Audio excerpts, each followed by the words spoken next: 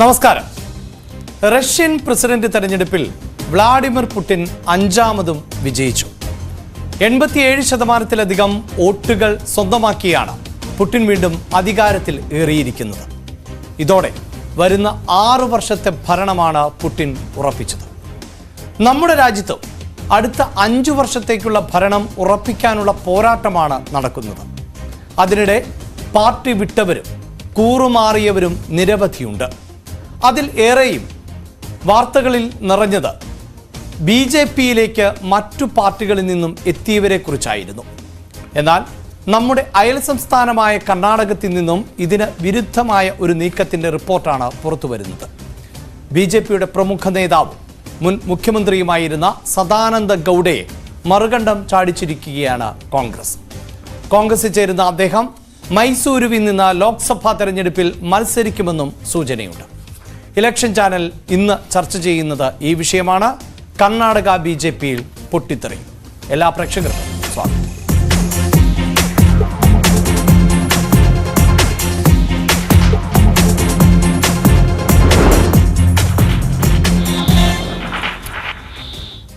Election ചാനലിൽ ഇന്ന് എന്നോടൊപ്പം ചേരുന്നത് പൊളിറ്റിക്കൽ ഡെസ്കിൽ നിന്നും മനു ഭരത്താണ്. മനു, ഈ സദാനന്ദ ഗൗഡ മറുകണ്ഠം ചാടുന്നു എന്ന റിപ്പോർട്ടുകൾ പുറത്തു വരുമ്പോൾ എനിക്ക് പെട്ടെന്ന് ഓർമ്മ വന്നത് കേരളത്തിലെ BJPയുടെ സംസ്ഥാന അധ്യക്ഷൻ K. സുരേന്ദ്രൻ നേരത്തെ നടത്തിയ ഒരു വാർത്താ സമ്മേളനം ഉണ്ടായിരുന്നു. ആ വാർത്താ സമ്മേളനത്തിന് മാധ്യമങ്ങൾ എല്ലാം മുന്നിൽ നിൽക്കുമ്പോൾ ക്യാമറകൾ എല്ലാം ഓണായിരുന്ന സമയത്ത് ഈ സുരേന്ദ്രൻ്റെ പുറകിൽ ഒരു ഫ്ലെക്സ് അടിക്കുകയുണ്ടായി. ആ ഫ്ലെക്സിലേക്ക് അദ്ദേഹം തിരിഞ്ഞു നോക്കിയിട്ട് ഇതാരാണ് എന്ന് തൊട്ടടുത്തിരിക്കുന്ന പാർട്ടി പ്രവർത്തകനോട് ചോദിക്കുന്നുണ്ട്.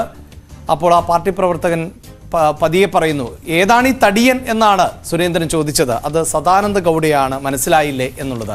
ഒരുപക്ഷെ ഈ ഫ്ലെക്സിനോട് ചേർന്ന് നിന്നതുകൊണ്ട് ഇങ്ങനെ തിരിഞ്ഞു നോക്കിയപ്പോൾ മനസ്സിലാകാത്തതാകാം. എന്താണ് എങ്കിലും ആ ഒരു സംഭവം പിന്നീട് മാധ്യമങ്ങളെല്ലാം വാർത്തയായി നൽകി ഒരു പശ്ചാത്തലം കൂടിയുണ്ട്. സംസ്ഥാന അധ്യക്ഷന് സദാനന്ദ ഗൗഡയെ അറിയാതെ പോയതാണോ എന്ന് എനിക്ക് തോന്നുന്നു. അങ്ങനെ അറിയാതിരിക്കാൻ സാധ്യതയില്ല. കാരണം സദാനന്ദ ഗൗഡയ്ക്ക് നന്നായി മലയാളം സംസാരിക്കാൻ അറിയാം.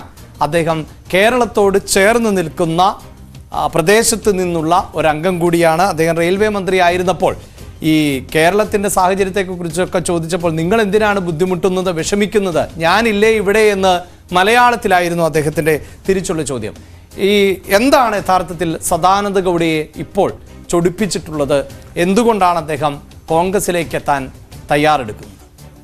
സദാനന്ദ ഗൗഡ സുരേന്ദ്രന് ഒരുപക്ഷെ പെട്ടെന്ന് മനസ്സിലാകാത്തതുകൊണ്ടായിരിക്കാം. അദ്ദേഹത്തെ BJPയെ അറിയുന്നവർക്കൊക്കെ അറിയാം. സദാനന്ദ ഗൗഡ വലിയ ഒരു രാഷ്ട്രീയ പാരമ്പര്യമുള്ള ഒരു നേതാവാണ്. BJPയുടെ സംസ്ഥാന അദ്ദേഹം ഒരു അല്ല, ഈ BJPയുടെ തലമുതിർന്ന പല നേതാക്കളിൽ നിന്നും വ്യത്യസ്തരാണ്. കാരണം മറ്റ് രാഷ്ട്രീയ പശ്ചാത്തലത്തിൽ നിന്നൊക്കെയാണല്ലോ പിന്നീട് BJPയിലേക്ക് എത്തുന്നത്. പക്ഷെ സദാനന്ദ ഗൗഡ ABVPയിലൂടെ തുടങ്ങിയതാണ്. അതെ അതെ, അദ്ദേഹം ഈ തുലു ഗൗഡ പിന്നെ വിഭാഗത്തിൽപ്പെട്ട ഒരാളാണ്. ഈ നമുക്ക് കേരളത്തിൻ്റെ അടുത്ത് കിടക്കുന്ന ഈ സുല്യ മണ്ഡലത്തിലാണ് അദ്ദേഹത്തിൻ്റെ പ്രവർത്തനം ഉണ്ടായിരുന്നത്. അവിടെ ABVPയിലാണ് അദ്ദേഹം പ്രവർത്തിച്ചത്. പഠിക്കുന്ന സമയത്ത് തന്നെ ആ ലോ കോളേജിന് ജനറൽ സെക്രട്ടറി ആയിരുന്നു. പിന്നെ ABVPയിൽ അദ്ദേഹം സജീവമായിരുന്നു. ആ ജില്ലയുടെ ചുമതലകൾ അദ്ദേഹത്തിനുണ്ടായിരുന്നു. അദ്ദേഹം LLB കഴിഞ്ഞ് അവിടെ പിന്നെ കുറച്ച് കാലം പബ്ലിക് പ്രോസിക്യൂട്ടറായി പോയി. അതിനപ്പുറത്ത് അദ്ദേഹം പിന്നെ യുവമോർച്ചയുടെ പിന്നെ സ്റ്റേറ്റ് സെക്രട്ടറിയായി കർണാടകയിൽ ചുമതലയേറ്റിരുന്നു. പിന്നെ അതിനുശേഷം അദ്ദേഹം BJPയുടെ സ്റ്റേറ്റ് സെക്രട്ടറി ആയിരുന്നു, BJPയുടെ ദേശീയ സെക്രട്ടറി ആയിരുന്നു. 1983 ഒക്കെയാണ് അദ്ദേഹം യുവമോർച്ചയിലൂടെ വരുന്നത്. 2004 ആകുമ്പോഴേക്കും അദ്ദേഹം 94 ആകുമ്പോഴത്തേക്കും അദ്ദേഹം അസംബ്ലിയിൽ എത്തുകയാണ്. അസംബ്ലിയിൽ അങ്ങനെ വെറുതെ എത്തുകയല്ല കേട്ടോ. നമ്മുടെ വീരപ്പ മൊയ്ലിയെ പോലുള്ള കോൺഗ്രസിൻ്റെ വലിയ ഹെവി വെയ്റ്റുകളെ പരാജയപ്പെടുത്തിയാണ് അദ്ദേഹം ലോക്സഭയിലേക്ക് 2004 ജയിക്കുന്നത്, മംഗലാപുരം ഈ മണ്ഡലത്തിൽ നിന്ന്. ഇപ്പം അത് ഈ അതിന്റെ പേര് മാറ്റിയെന്നേ ഉള്ളൂ. അന്ന് മണ്ഡല പുനർനിർണയത്തിനൊക്കെ ശേഷം മാറ്റം വന്നിട്ടുണ്ട്. നേരത്തെ ഈ 2004 അദ്ദേഹം അവിടെ വീരപ്പ മൊയ്ലി അന്ന് വലിയ ശക്തനായ കർണാടകത്തിലെ കോൺഗ്രസ് നേതാവായിരുന്നു. അദ്ദേഹത്തെ മലർത്തി അടിച്ചാണ് സദാനന്ദ ഗൗഡ രാഷ്ട്രീയത്തിലേക്ക് വരുന്നത്. അപ്പോൾ അങ്ങനെ വരവറിയിക്കുന്നത് പാർലമെന്റിൽ ലോക്സഭയിലേക്ക് ജയിക്കുന്നതൊക്കെ. പിന്നീട് ഈ യെഡ്യൂരപ്പ രാജിവെക്കുന്നൊരു സാഹചര്യത്തിൽ അദ്ദേഹം മുഖ്യമന്ത്രിയായി ചുമതലയേറ്റു. അങ്ങനെയൊക്കെ ഒരു പക്ഷേ എനിക്ക് തോന്നുന്നു കർണാടകയിലെ രണ്ടാമത്തെ തുലു വിഭാഗത്തിൽ നിന്നുള്ള ഒരു മുഖ്യമന്ത്രിയാണ് പിന്നെ ഇദ്ദേഹം ചെറിയ വിവാദങ്ങളിലും ചെന്ന് കുടുങ്ങിയിട്ടുണ്ട്. ഒരു മീറ്റു ആരോപണം സദാനന്ദ ഗൗഡയ്ക്കെതിരെ ഉണ്ടായിരുന്നു. ഒരു വനിതാ മഹിളാ മോർച്ച നേതാവ് ഒരു ആരോപണവുമായി രംഗത്ത് വന്നു. പിന്നെ പക്ഷേ വലിയ തോതിലൊന്നും വലിയ തോതിലില്ലെങ്കിലും അത് BJPക്കകത്ത് അങ്ങനെ ഒരാളിൽ നിന്ന് അത് ഒട്ടും പ്രതീക്ഷിച്ചിരുന്നില്ല. അതുകൊണ്ട് തന്നെ പാർട്ടിക്കകത്ത് വലിയ ചർച്ചാ വിഷയമായിരുന്നു. അതുകൂടാതെ വേറൊരു സംഭവം കൂടിയുണ്ട്. ഇദ്ദേഹത്തിൻ്റെ ഒരു വീഡിയോ പുറത്തു വന്നു. അത് പിന്നീട് രാഷ്ട്രീയ ലക്ഷ്യത്തോടെ നിർമ്മിച്ചതാണെന്നൊക്കെയാണ് സദാനന്ദ ഗൗഡ പറഞ്ഞത്. ഏതായാലും അത് അങ്ങനെയൊക്കെ ചില പ്രശ്നങ്ങളിൽ പ്രതിരോധങ്ങളിലൊക്കെ അദ്ദേഹം ചെന്ന് പെടുകയും ചെയ്തു. ഏതായാലും സദാനന്ദ ഗൗഡ ഇപ്പോൾ തീർത്തും നിരാശനാണ്, കടുത്ത അതൃപ്തിയാണ്. ഇപ്പോൾ BJP അവിടെ 25 സീറ്റുകളിൽ മത്സരിക്കും എന്നാണ് ഇപ്പോൾ ഉണ്ടായ ധാരണ. 3 സീറ്റ് JDS-ന് കൊടുക്കും എന്നാണ് നമ്മൾ മനസ്സിലാക്കുന്നത്. 3 സീറ്റുകളിൽ നിലവിൽ 25 എടുത്ത് വിജയിച്ച് നിൽക്കുന്ന പാർട്ടിയാണ്. ആകെ അവിടെ നമ്മുടെ DK സുരേഷ് ബാംഗ്ലൂർ റൂറലിൽ ജയിച്ചിട്ടുണ്ടായിരുന്നു കഴിഞ്ഞ തെരഞ്ഞെടുപ്പിൽ. ഒപ്പം ഹസനിൽ JDS-ന്റെ സ്ഥാനാർത്ഥിയാണ്. നമുക്കറിയാലോ, ഹസൻ ഒരു ജനതാദളിൻ്റെ കേന്ദ്രമാണ്. അവിടെ ഈ പ്രജ്വല രേവണ്ണ എന്ന് പറയുന്ന ഒരു ജനതാദൾ സ്ഥാനാർത്ഥിയാണ് ജയിച്ചത്. പിന്നെ നമ്മുടെ സുമലത, മലയാളികൾക്കൊക്കെ പ്രിയങ്കരിയായ സുമലത മാണ്ടിയിൽ നിന്ന് ജയിച്ചിട്ടുണ്ട്. അവർ പക്ഷേ BJPയുടെയും കൂടി പിന്തുണയോടുകൂടിയാണ് നിൽക്കുന്നത്. ഏതായാലും സദാനന്ദ ഗൗഡ ഇപ്പോൾ ആകെ ഈ അതൃപ്തി പ്രകടമാക്കി അദ്ദേഹം ഇപ്പോൾ കോൺഗ്രസുമായി ചർച്ച നടത്തി. അപ്പോൾ ഈ DK സുരേഷിൻ്റെ സഹോദരനുണ്ട് DK ശിവകുമാർ, അവിടുത്തെ കർണാടകയിലെ കോൺഗ്രസ് നേതൃത്വം നൽകുന്ന ഉപമുഖ്യമന്ത്രി. അപ്പോൾ അദ്ദേഹം ഈ പുത്തൂർ MLA-യുമായി ചേർന്ന് അശോക് കുമാർ റായുമായി ചേർന്ന് അശോക് കുമാർ റായാണ് ഇതിൻ്റെ മധ്യസ്ഥൻ എന്നാണ് വിവരങ്ങൾ വരുന്നത്. ഇവർ ചർച്ചകൾ നടത്തുന്നു. അദ്ദേഹം കോൺഗ്രസിലേക്ക് പോകാൻ സാധ്യതയുണ്ടോ എന്നൊക്കെയുള്ള ചർച്ചകളുണ്ട്. കഴിഞ്ഞ വർഷം തന്നെ ഈ DV സദാനന്ദ ഗൗഡ എന്ന DVS ഈ രാഷ്ട്രീയം വിടുന്നു എന്നൊക്കെയുള്ള പ്രചരണങ്ങൾ ഉണ്ടായിരുന്നു. അദ്ദേഹത്തിന് ഈ ജനതാദളുമായി BJPക്ക് ഒരു ബന്ധമുണ്ടാക്കിയതിനോട് കടുത്ത വിയോജിപ്പുണ്ടായിരുന്നു എന്നൊക്കെ പറഞ്ഞാണ് അന്ന് പാർട്ടി വിടുകയും ഒക്കെ ചെയ്തിരുന്നത്. ഏതായാലും സദാനന്ദ ഗൗഡ 10 വർഷത്തോളം അവിടെ MLA ആയിരുന്നു. അദ്ദേഹം 20 വർഷത്തോളം പലതരത്തിൽ പാർലമെൻറ്റിൽ ഉണ്ടായിരുന്നു. 44 വർഷത്തോളം അദ്ദേഹം, അതായത് 4 വർഷം പാർട്ടിയുടെ പ്രസിഡന്റായിരുന്നു, 7 വർഷം കേന്ദ്രമന്ത്രിയായിരുന്നു. അങ്ങനെ ഒട്ടനവധി പദവികളൊക്കെ വഹിച്ചിട്ടുള്ള സദാനന്ദ ഗൗഡ പാർട്ടി വിടുന്നു എന്നത് BJPക്ക് ഉണ്ടാക്കാൻ പോകുന്നൊരു വെല്ലുവിളി നമുക്കറിയാലോ. കഴിഞ്ഞ നിയമസഭാ തെരഞ്ഞെടുപ്പിന് തൊട്ടു മുമ്പ് ചില ആളുകളൊക്കെ പാർട്ടി വിട്ട ഒരു സാഹചര്യം ജഗദീഷ് ഷട്ടാർ ഉണ്ടായിരുന്നു, ലക്ഷ്മൺ സവാദിയൊക്കെ പാർട്ടി വിട്ടു. ആ പ്രശ്നം ജഗദീഷ് ഷട്ടാർ പിന്നീട് പാർട്ടിയിലേക്ക് ഇപ്പം മടങ്ങി വന്നു, അദ്ദേഹം വന്നിട്ടുണ്ട്. പക്ഷേ അത് ജഗദീഷ് ഷട്ടാർ ഇതുപോലെയാണ് 6 തവണ MLA ആയ വ്യക്തിയായിരുന്നു. അപ്പൊ സമാനമായ ലക്ഷ്മൺ സാവതിയാണെങ്കിൽ പിന്നെ ഉപമുഖ്യമന്ത്രിയായിരുന്നു. അത് ലക്ഷ്മൺ സാവതി പിന്നെ ചെറിയൊരു പ്രശ്നത്തിൽ അന്ന് പെടുകയും ചെയ്തു. അദ്ദേഹവും ഇതുപോലെ ഈ നിയമസഭാ സമ്മേളനം നടന്നുകൊണ്ടിരിക്കുന്നതിൻ്റെ ഇടയിൽ ചില വീഡിയോ ക്ലിപ്പുകൾ കണ്ടുവെന്നും അത് അശ്ലീല വീഡിയോകളാണ് എന്നൊക്കെയുള്ള പരാതി ഉയർന്നു. അത് അങ്ങനെയല്ല, അതൊരു ടൂറിസം കേന്ദ്രത്തിൽ അവിടെ ഉടുപ്പിയിൽ ഒരു ബീച്ചിൽ നടന്ന ചില അശ്ലീല രംഗങ്ങൾ മനസ്സിലാക്കി അതിനെതിരെ പ്രതികരിക്കാൻ വേണ്ടിയാണ് താൻ ഈ വീഡിയോ കണ്ടതെന്നൊക്കെയുള്ള ഒരു തർക്കമുണ്ടായി. ഏതായാലും അവിടെ കർണാടക രാഷ്ട്രീയത്തിൽ ഒട്ടനവധി പ്രശ്നങ്ങളുണ്ടായിരുന്നു. ഈ രമേഷ് ജാർക്കിഹോളി എന്ന് പറഞ്ഞ ഒരു യുവ നേതാവുണ്ട്. അദ്ദേഹം ഈ പിന്നോക്ക വിഭാഗങ്ങളുടെ ഇടയിലൊക്കെ വലിയ സ്വാധീനമുള്ളതാണ്. ലക്ഷ്മൺ സവാദിയുമായി ഇദ്ദേഹത്തിന് ഒരു തർക്കമുണ്ടായിരുന്നു. അതൊരു ബാങ്ക് തെരഞ്ഞെടുപ്പുമായി ബന്ധപ്പെട്ടതാണ്. അതിനെ തുടർന്ന് ആ തർക്കം മൂർച്ഛിച്ച് പിന്നെ അവിടെ സ്ഥാനാർത്ഥി നിർണയത്തിൽ വരെ ഈ വിഷയം എത്തി. അങ്ങനെ രമേഷ് ജാർക്കിഹോളി കോൺഗ്രസിൽ നിന്നൊരു MLA കൊണ്ടുവന്നിരുന്നു. അദ്ദേഹത്തിന് അവിടെ സവാദിയുടെ മണ്ഡലത്തിൽ അദനിയിൽ സീറ്റ് കൊടുക്കുന്നതിന് ചൊല്ലി ഒരു തർക്കമുണ്ടായി. അങ്ങനെ ഈ 2 മണ്ഡലങ്ങൾ, ഈ ഹുബ്ബി ധർവാദും അതുപോലെ ഈ അദാനി മണ്ഡലത്തിലെയും സ്ഥാനാർത്ഥികളെ ചൊല്ലി തർക്കം അങ്ങനെയൊക്കെ പിളർന്നു പോയതിൻ്റെ ഭാഗമായി പിന്നീട് നമ്മൾ കണ്ടത് വലിയ ഒരു തിരിച്ചടി നേരിടുന്ന ഒരു സാഹചര്യമാണ് ഉണ്ടാക്കിയത്. എന്തായാലും ഈ സദാനന്ദ ഗൗഡ 1ാം നരേന്ദ്രമോദി സർക്കാരിന്റെ കാലഘട്ടത്തിൽ റെയിൽവേ മന്ത്രിയായിരുന്നു എന്നതുകൂടി എടുത്തു പറയേണ്ടതാണ്. അവിടെ മന്ത്രി സ്ഥാനത്ത് നിന്ന് പിന്നീട് അദ്ദേഹത്തെ നീക്കി. ആ സമയം മുതൽ ഒരു അതൃപ്തി സദാനന്ദ ഗൗഡയിൽ അദ്ദേഹത്തിന്റെ ശരീരഭാഷയിലൊക്കെ കാണാമായിരുന്നു. പിന്നീട് അദ്ദേഹം പാർട്ടിക്കെതിരായ ചില പരാമർശങ്ങൾ ഉൾപ്പെടെ നടത്തുന്ന സാഹചര്യവുമുണ്ട്. ഇപ്പോൾ എന്തുകൊണ്ടാണ് സദാനന്ദ ഗൗഡ അതൃപ്തനായി മാറുന്നത് എന്ന് പരിശോധിക്കുമ്പോൾ അദ്ദേഹത്തിന്റെ ലോക്സഭാ സീറ്റുമായി ബന്ധപ്പെട്ട ആ തർക്കം ആണ് എന്നുള്ളതാണ്. പ്രത്യേകിച്ച് ബാംഗ്ലൂരു നോർത്തിൽ രണ്ടാമതൊരിക്കൽ കൂടി അല്ലെങ്കിൽ വീണ്ടും ഇടം നൽകാൻ ഇപ്പോൾ BJP തയ്യാറായിട്ടില്ല എന്നതാണ്. അവിടെ ശോഭ കരന്തലജെ ആണ് സ്ഥാനാർത്ഥി എന്ന് BJP ഔദ്യോഗികമായി പ്രഖ്യാപിക്കുകയും ചെയ്തിട്ടുണ്ടല്ലോ മനു. അതെ, ഈ ശോഭ കരന്തലജെ അവിടെ ഈ ഉടുപ്പി അവിടെ കേന്ദ്രമായാണ് അവർ കഴിഞ്ഞ തവണ തെരഞ്ഞെടുപ്പിൽ മത്സരിച്ചത്. അപ്പൊ എനിക്ക് തോന്നുന്നു ഈ ഉടുപ്പി ഭാഗത്ത് കരന്തലജയ്ക്ക് ഒരു ഇമേജ് ഇല്ലാത്ത സാഹചര്യം ഇപ്പോഴുണ്ട് എന്ന് തോന്നുന്നു. അതെ അതെ, അവിടുത്തെ ആളുകളെല്ലാം കൂടെ പിന്നെ കേന്ദ്ര നേതൃത്വത്തിന് ഒരു പരാതി അയച്ചു, ഇവരെ ഇനി ഇവിടെ മത്സരിപ്പിക്കരുത്, ഇവർക്ക് ഭയങ്കരമായ വിയോജിപ്പുണ്ട്.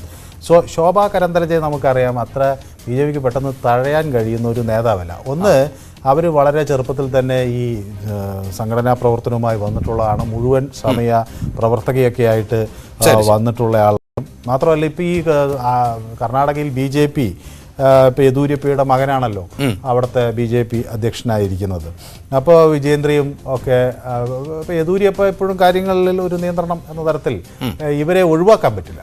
അപ്പോൾ അവർക്ക് കുറെ കൂടി ഒരു നല്ലൊരു മണ്ഡലം എന്ന നിലയിലാണ് ഈ സദാനന്ദ ഗൗഡയുടെ പിന്നെ മണ്ഡലം ബാംഗ്ലൂർ നോർത്ത് കൊടുക്കാൻ തീരുമാനിച്ചിട്ടുള്ളത്. ശരി, അത് ഈ BJPയുടെ ഈ പട്ടിക പുറത്തു വന്നപ്പോൾ കുറേ വലിയ ആളുകളെയൊക്കെ അവിടെ നിന്ന് ഒഴിവാക്കി, ചില ആളുകളെയൊക്കെ വീണ്ടും അവസരങ്ങൾ കൊടുക്കുകയൊക്കെ ചെയ്തിട്ടുണ്ട്. അപ്പോൾ അതിൽ ഒന്നാണ് ഈ ഒരു മാറ്റം. അതാണ് സദാനന്ദ ഗൗഡയെ വല്ലാതെ ചൊടിപ്പിച്ചിരിക്കുന്നത്. അത് ഇവർക്കൊരു ആൻറ്റി ഇൻകംബൻസി ഫാക്ടർ ഇവർക്കെതിരെ ശക്തമായി ഉണ്ട് എന്നതുള്ളത് കൊണ്ട് തന്നെ ശോഭാ കരന്തലജയെ അത്ര പെട്ടെന്ന് ഒഴിവാക്കാൻ പക്ഷേ BJPക്ക് കഴിയില്ല. കാരണം ഒന്ന്, ഇപ്പോൾ BJPയുടെ കർണാടക ഘടകത്തിന് വലിയ സ്വാധീനമുള്ള ഈ യെദ്യൂരപ്പയുടെ ഒരു നിയന്ത്രണം അല്ലെങ്കിൽ അതിൻ്റെ ഒരു സപ്പോർട്ട് അവർക്ക് ഉണ്ട് എന്നതുകൂടി ഒരു വലിയൊരു വിഷയമാണ്. റൈറ്റ്. എന്തായാലും കരന്തലജയെ അങ്ങനെ അക്കോമഡേറ്റ് ചെയ്യുമ്പോൾ അത് സദാനന്ദ ഗൗഡയെ മാറ്റി നിർത്തിക്കൊണ്ടാണ്. നിലവിലെ MP കൂടിയാണ് എന്നതാണ്. അദ്ദേഹത്തിന് മറ്റെവിടെയെങ്കിലും ഇടം ലഭിക്കുമോ എന്നത് സംബന്ധിച്ചും അവ്യക്തതയുണ്ട്.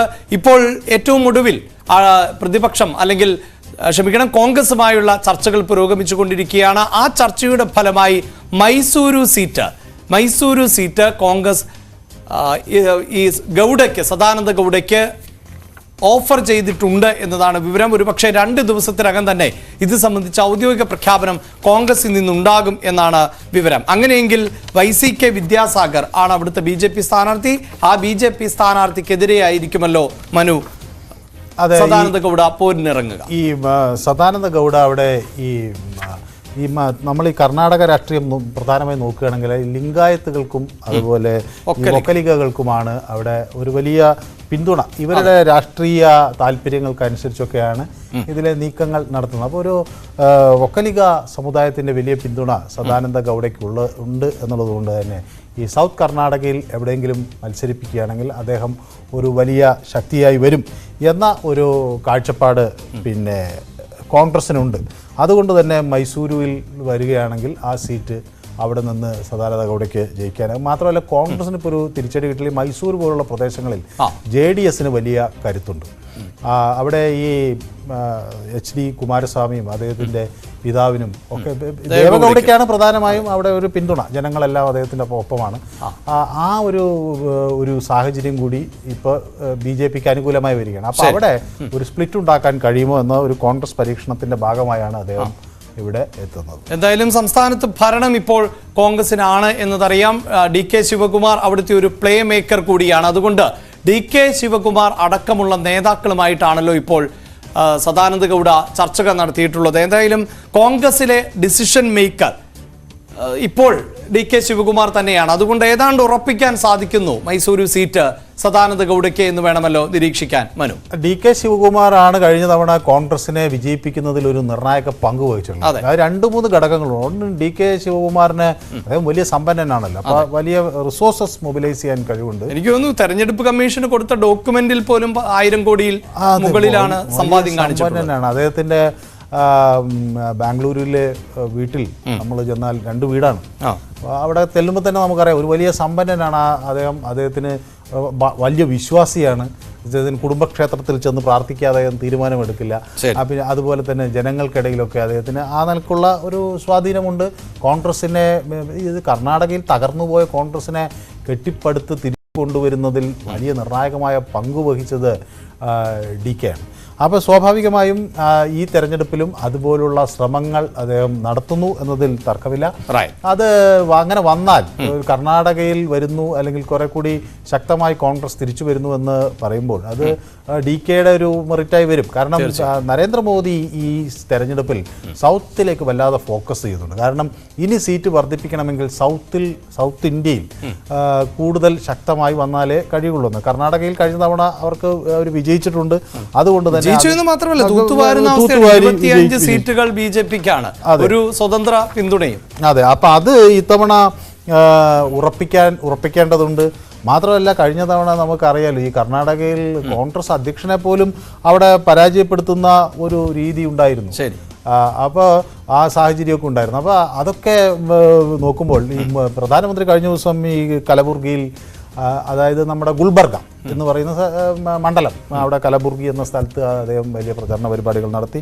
അതുപോലെ ഷിമോഗയിലും അദ്ദേഹം പ്രചരണ പരിപാടികൾ നടത്തി. കലബുർഗിയിൽ വെച്ചാണ് കലബുർഗിയിലാണ് അദ്ദേഹം പരാജയപ്പെടുന്നത്, നമ്മുടെ കോൺഗ്രസ് അധ്യക്ഷൻ മല്ലികാർജുൻ ഖാർഗെ. അപ്പോൾ അവിടെ അതുകൊണ്ട് അങ്ങനെ വലിയൊരു പെർഫോമൻസ് കർണാടകയിൽ, അതെന്ന് വെച്ചാൽ മുഴുവൻ സീറ്റും തൂത്തുവാരിയാൽ മാത്രമേ ഈ പറയുന്ന പോലെ 400 കടക്കാൻ കഴിയുകയുള്ളൂ.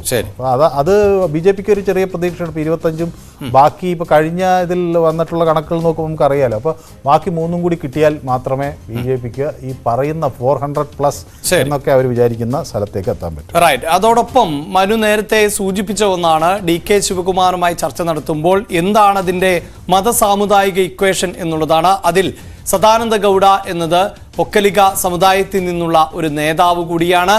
അതോടൊപ്പം ഇദ്ദേഹത്തിൻ്റെ ഒരു മേഖല പ്രധാനപ്പെട്ടതാണല്ലോ, ഈ തുളു മേഖലയിൽ നിന്നുള്ള നേതാവ് എന്നതുകൊണ്ട് തന്നെ വലിയ സ്വാധീനം ചെലുത്താൻ പറ്റുന്ന ഒരാൾ കൂടിയല്ലേ സദാനന്ദ ഗൗഡ. അത് അദ്ദേഹത്തിന് പ്രത്യേകിച്ച് ഈ സൗത്ത് കർണാടകയിൽ അദ്ദേഹത്തിൻ്റെ ഒരു സാന്നിധ്യം അദ്ദേഹത്തിന് കരുത്ത് ഉറപ്പിക്കാനാകും. ഈ പട്ടികയിൽ നിന്ന് അദ്ദേഹം വിട്ടുപോയി എന്ന് പറയുന്നുണ്ട്. ഇപ്പോൾ കുറേ പേര് വിട്ടുപോയിട്ടുണ്ട്. ഇപ്പോൾ നമ്മുടെ നളിൻ കുമാർ കട്ടീലിനെ ഈ തവണ പട്ടികയിൽ അദ്ദേഹം ഇടം പിടിച്ചിട്ടില്ല. അത് നളിൻ കുമാർ കട്ടീൽ യുവമോർച്ചയുടെയൊക്കെ നേതൃത്വം വന്ന് വലിയ നേതാവായിട്ടുള്ള കക്ഷിയാണ്. അതേപോലെ ഒരു ഈ മൈസൂരിൽ നമ്മുടെ ഈ പ്രതാപസിംഹൻ എന്ന് പറഞ്ഞ ഒരു MP ഉണ്ടായിരുന്നല്ലോ. ഇപ്പോൾ ഈ പാർലമെൻറ്റിൽ ഒരു പ്രതിഷേധം നടക്കുമ്പം അവിടെ ആളുകൾക്ക് പാസ് കൊടുത്തെന്നും പറഞ്ഞ് വിവാദത്തിലായ ഈ പ്രതാപസിംഹനെയും പട്ടികയിൽ നിന്ന് മാറ്റിയിട്ടുണ്ട്. അപ്പോൾ അങ്ങനെ പല ആളുകൾക്കും സ്ഥാനം നഷ്ടപ്പെട്ടിട്ടുണ്ട്. മാത്രമല്ല, ഇദ്ദേഹത്തിന് 72 വയസ്സായി.